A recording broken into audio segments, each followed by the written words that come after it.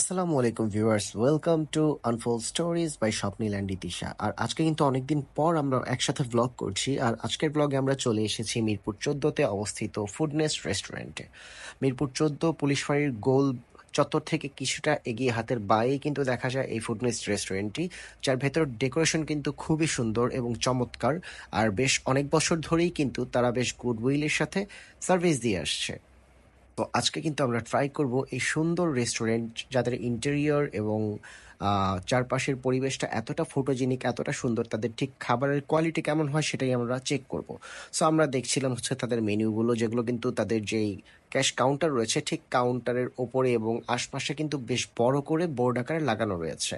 আর তাদের এই চারপাশের যে ভিউটা, তাদের সাইড গ্লাসগুলো দিয়ে যে ভিউটা দেখা যায় সেটা কিন্তু অসম্ভব সুন্দর।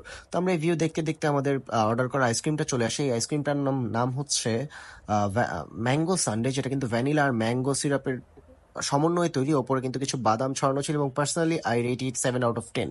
এরপরে আমাদের অর্ডার করা ওয়েজেস চলে আসে, আর ওয়েজেসের সাথে ডিপস হিসেবে কিন্তু এখানে একটা মায়ো দেওয়া ছিল।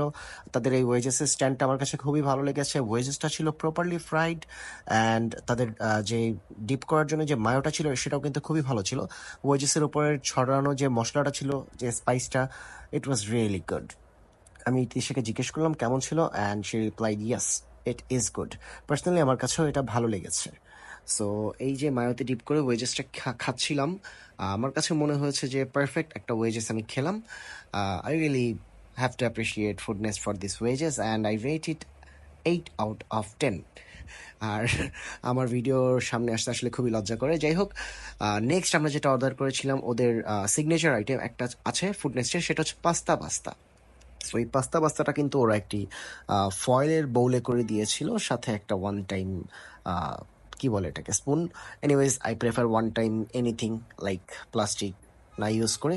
আমার মনে হয় ফয়েলের এগুলো ভালো। অ্যান্ড সে পাস্তাটা হচ্ছে কিন্তু খুবই চিজি ছিল, আহ, খুবই চিজি ছিল, এবং পাস্তাটার টেস্ট আসলেই খুবই ভালো ছিল।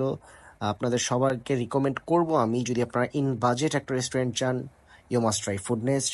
লোকেশন মিরপুর 14। Thank you.